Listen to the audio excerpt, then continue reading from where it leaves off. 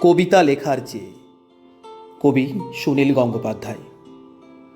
কবিতা লেখার চেয়ে কবিতা লিখব এই ভাবনা আরও প্রিয় লাগে।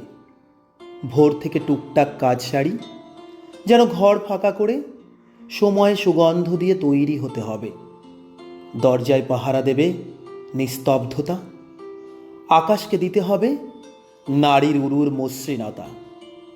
তারপর লেখা হীরক দুতির মতো টেবিল আচ্ছন্ন করে বসে থাকে কালো রং কবিতার খাতা। আমি শীষ দিই সিগারেট ঠোঁটে, দেশলাই খুঁজি, মনে ফুরফুরে হাওয়া। এবার কবিতা, একটি নতুন কবিতা। তবু আমি কিছুই লিখি না। কলম গড়িয়ে যাই, ঝুপ করে শুয়ে পড়ি। প্রিয় চোখে দেখি সাদা দেয়ালকে। কবিতার সুখ স্বপ্ন গাঢ় হয়ে আসে। মনে মনে বলি, লিখব, এত ব্যস্ততা কিসের?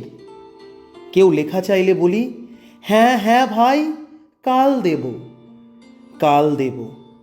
কাল ছোটে পরশু কিংবা তরশু কিংবা পরবর্তী সোমবারের দিকে। কেউ বাঁকা সুরে বলে ওঠে, আজকাল গল্প উপন্যাস এত লিখছেন, কবিতা লেখার আর সময় পান না বুঝি? না, উত্তর না দিয়ে আমি জনান্তিকে মুখ মুচকে হাসি। ফাঁকা ঘরে জানালার ওপারে দূর নীলাকাশ থেকে আসে প্রিয়তম হাওয়া। না লেখা কবিতাগুলি আমার সর্বাঙ্গ জড়িয়ে আদর করে। চলে যাই, ঘুরে ফিরে আসে না হয়ে ওঠার চেয়ে আধ ফোঁটা। ওরা খুনসুটি খুব ভালোবাসে। ধন্যবাদ।